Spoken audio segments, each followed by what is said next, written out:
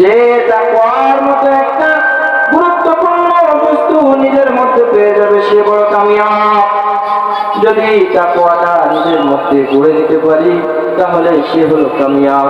আর যদি তাকওয়ার গুণ নিজের মধ্যে না আসে তাহলে গুনাহ করতে যাব, কোনো আল্লাহর ভয় লাগবে না।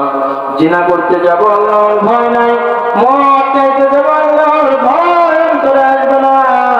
যদি তাকওয়া অন্তরের মধ্যে এসে যায়, যখন আমি নামাজ ছেড়ে ভিন্ন কাজে চলে যাব, নামাজ ছেড়ে অন্য কাজে চলে যাব, অন্তরের ভিতরে আল্লাহর ভয়, অন্তরের ভিতরে আল্লাহর ভয়, আল্লাহ তাআলার ভয়। না আমি যদি নামাজ ছাড়ি আমার জন্য জাহান্নাম, না আমি যদি গুনাহ কাজ করি আমার জন্য জাহান্নাম, কবরের আযাব, আমি এগুলো সহ্য করতে পারবো না।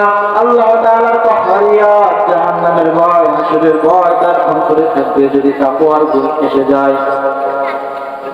আর যদি তাকওয়ার গুণ এসে যায়, আল্লাহ তাআলা তার কলবের ভিতরে নূর ঢেলে দেন। যখন কোনো বান্দা বিপদে পড়ে সেই নূর দ্বারা ভালো মন্দ যাচাই করে বাছাই করে সেই বিপদের থেকে বাঁচতে পারে। আমরা দুনিয়ার মধ্যে অনেক বিপদ আপদে পড়ি, বিপদ আপদে পড়ার আগেই কি করা যায়, টাকা কই থেকে ম্যানেজ করা যায়, কেমনে ম্যানেজ করা যায়, কার হাল ফেলা যায়, সুদে নেওয়া যায়, ঘুষে নেওয়া যায়, এই চিন্তা ভাবনা না। সবসময় আল্লাহ তাআলার দিকে মনোনিবেশ থাকতে হবে, আল্লাহ তাআলার কাছে যাইতে হবে। তাকওয়ার গুণ যখন তাকওয়ার গুণ যখন নিজের মধ্যে প্রবেশ করবে তখন আমার মনে অটোমেটিকই ফয়সালা বাইর হয়ে যাবে আল্লাহ তাআলার পক্ষ থেকে। আমি এখন কোনটা করব, কোনটা আমার জন্য ভালো, কোনটা আমার জন্য খারাপ। ভারতের একজন পীর, তার নাম হলো মিশকে পীর। মিশকে পীর নাম দেওয়ার কারণ হলো তার গা থেকে সবসময় সুগন্ধি বাইর হইতো, তার গা থেকে সবসময় সুগন্ধি বাইর হইতো। একদিন তার শাগরেদেরা জিজ্ঞাসা করলো, ও পীর, আপনার গা থেকে এমন সুগন্ধি বাইর হয় কেন, এর কারণ কি? আপনার গা থেকে এখন সুগন্ধি বাইর হয় কেন? পীর সাহেব ডাক্তার বলেন, মুর্শিদরা, তোমরা কি শুনতে চাও আমার গা থেকে কেন সুগন্ধি বাইর হয়? শাগরেদরা বলে, হ্যাঁ আমরা শুনতে চাই কেন সুগন্ধি বাইর হয়। মিশকে পীর বলে, আমি একদিন সফর করে বাসায় ফিরতেছিলাম, বাসায় ফেরার সময় রাত হয়ে গেল। সামনে একটি কুড়ে ঘর দেখতে পেলাম, তার মধ্যে অবস্থান নিলাম রাত কাটানোর জন্য। হঠাৎ করে একটা সুন্দরী রমণী আমার ঘরে প্রবেশ করলো। প্রবেশ করার পরে আমাকে কুপ্রস্তাব দিল।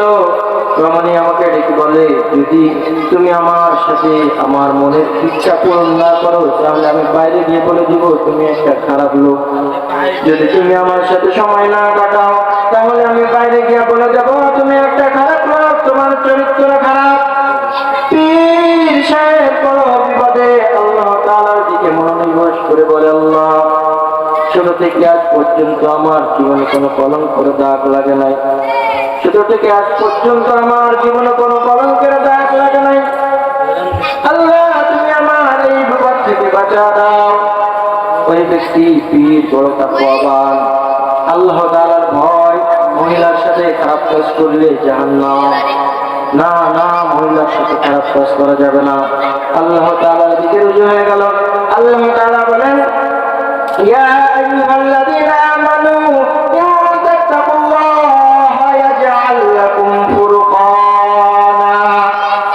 আল্লাহ তাআলা বলেন, ইয়া আইয়ুহাল্লাযীনা আমানু, হে ঈমানদারগণ, ইন তাত্তাকুল্লাহা, তোমরা যদি আল্লাহ তাআলাকে ভয় করো, ইয়াজআল লাকুম ফুরকানা, তাহলে আমি তোমাদেরকে ফুরকান দিব।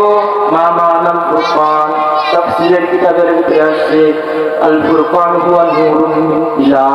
ফুরকান হলো আল্লাহ তাআলার পক্ষ থেকে এক নূর। সেই নূর দিয়ে মানুষ ভালো মন্দের পার্থক্য করবে। যখন কলবের ভিতরে ইমানের তাকওয়া আসবে, আল্লাহ তাআলার ভয় আসবে, কলব দিয়া চিন্তা করবে নামাজ ছাড়া যাবে না, কলব দিয়া চিন্তা করবে সুদ খাওয়া যাবে না, কলব দিয়া চিন্তা করবে ঘুষ খাওয়া যাবে না, ঘুষ দেওয়া যাবে না, কলব দিয়া চিন্তা করবে ওজনে কম দেওয়া যাবে না।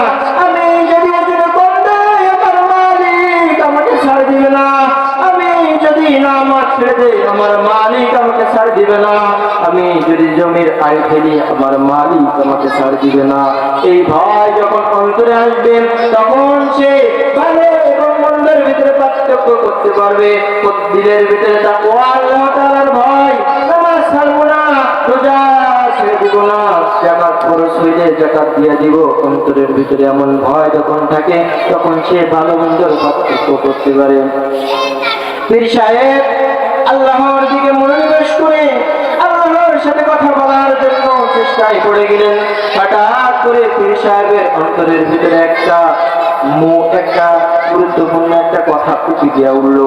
মাওলা পাকের পক্ষ থেকে টান আর দিলে বলে উঠলো, যাও তুমি ওয়াশরুমে যাও, ফ্রেশ হওয়ার নাম করো, ফ্রেশ হওয়ার নাম করে তুমি বাঁচতে পারো কিনা দেখো। পীর সাহেব মহিলার সাথে বললো, ও নারী শোনো, আমি একটু ফ্রেশ হয়ে আসি ওয়াশরুম থেকে।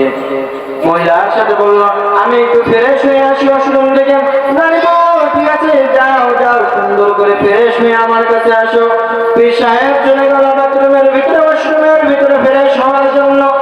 ওয়াশরুমের ভিতরে যাওয়ার পরে সে তার গায়ে ময়লা লাগায় নিল। ময়লা লাগানোর পরে যখন ওয়াশরুম থেকে বাইরে হইল, ওয়াশরুম থেকে বাইরে হওয়ার সাথে সাথে নারী তার গায়ে যখন ময়লা দেখলেন, দেখার সাথে সাথে বললেন, সি সি সি, দূর হয়ে যাও, দূর হয়ে যাও। নারী ওই পীরের কাছ থেকে চলে গেল, সরে গেল।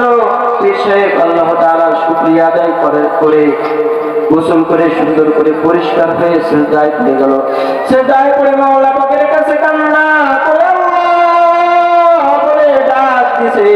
দুনিয়ার ভিতরে মায়ের সাথে বাবার সাথে যতই ঝগড়া হোক, মা বলে কণ্ঠে যদি মাকে মা বলে ডাক দেয়, বাবাকে বাবা বলে ডাক দেয়, মা তার সন্তানকে ফিরিয়ে দিতে পারে না, বাবা তার সন্তানকে ফিরিয়ে দিতে পারে না। মা খাটের কানায় শুয়ে শুয়ে কান্না করে বাবার পাশে, বাবা বলে মা, বাবা বলে স্ত্রী তুমি কান্না করতেছো কেন, সমস্যাটি কি হয়েছে, খাও নাই কেন রাতে? স্ত্রী ডাক দেয়া বলে, ও প্রাণের স্বামী, আমি আমার সন্তানকে একদিন শাসন করার জন্য ধমক দিয়ে কয়েকটা কথা বলছিলাম। আমার সন্তান আমার কথার কারণে রাগ করে আমার সাথে কথা বলে না, কষ্ট লাগে আমার মনে, আমার সন্তান আমার সাথে কথা বলে না। স্বামী ডাক দেয়া বলে, ছেলে এখন বুঝতে পারে না, ছেলে যখন বুঝতে পারবে তোমার মা বলে ডাক দিবে। মা স্ত্রী বলে, ও স্বামী, আমার সন্তান আমাকে ডাক দিবে, তুমি আমার 1 মিনিটে বুঝাইলে আমি 1 মিনিটের বুঝ আমার সহ্য করতে পারি না। ওই সন্তানকে আমি কত কষ্ট করে 7-10 মাস 10 দিন পেটের ভিতরে লালন পালন করেছি, খানার বেলার সামনে নিয়ে খানা খাইতে পারি না, ঠিক মতো শুইতে পারি না, উঠতে পারি না, বসতে পারি না। সন্তান যখন প্রসাদ বেদনার কষ্ট 7টি আসমান আমার মাথার উপরে, আমি তখন তোমার হাতে হাত রেখে বলেছিলাম, গো আমার স্বামী তুমি আমাকে বিদায় দাও। বিয়ে করার পরে তোমার ভালো করে খেদমত করতে পারি নাই, এত কষ্ট সহ্য করে আমার সন্তানকে আমি জন্ম দিয়েছি না, আমি ওই সন্তানের মা ডাক ছাড়া আমি ঘুমাইতে পারি না, আমি ওই সন্তানের মা ডাক ছাড়া আমি ভাতের লোকমা মুখে দিতে পারি না। যদি ওই দুনিয়ার ভিতরে মায়ের এত মায়া হয়, মাওলা পাকের কত মায়া, যে মা যে বাবা তোমাকে ভাত দিছি, কাপড় দিছি, সেই মা সেই বাপের যদি এত মায়া হয়, ওই মাওলা পাক তোমাকে পেটের ভিতরে আস্তের স্তরের উপরে স্তর করে সাজায় রাখছে। সামান্য বাতাস ঢোকার কষ্ট দেয় নাই, খাওয়া দাওয়ার কষ্ট দেয় নাই। তোমার যেই মা বলে ডাকতেছো জবান দিয়ে, সেই কথা বলার শক্তি তোমার কে দিছে? যেই বাবারে তুমি বাবা বলে ডাকতেছো, এই বাবা বলার শক্তি তোমার কে দিছে? একবার তুমি মাওলা পাককে ভালোবাসে আল্লাহ বলে ডাক দিয়ে দেখো না, যখন তুমি মাওলা পাককে আল্লাহ বলে ভালোবাসা দিয়ে ডাক দিবা, সাথে সাথে আল্লাহ তাআলার কুদরতি অন্তরটা ভরে যায়। এটাই হলো তাকওয়াওয়ালা বান্দাদের কাজ। পীর সাহেব ওযু করে সুন্দর করে সিজদায় পড়ে আল্লাহ তাআলার কাছে দোয়া করলেন। দোয়া করার পর থেকে পীর সাহেব বলেন যে তারপর থেকে আজ পর্যন্ত আমার গা থেকে সুগন্ধি বাইর হইতেছে। এটাই হলো তাকওয়ালার শক্তি, এটাই হলো আল্লাহ ভীরু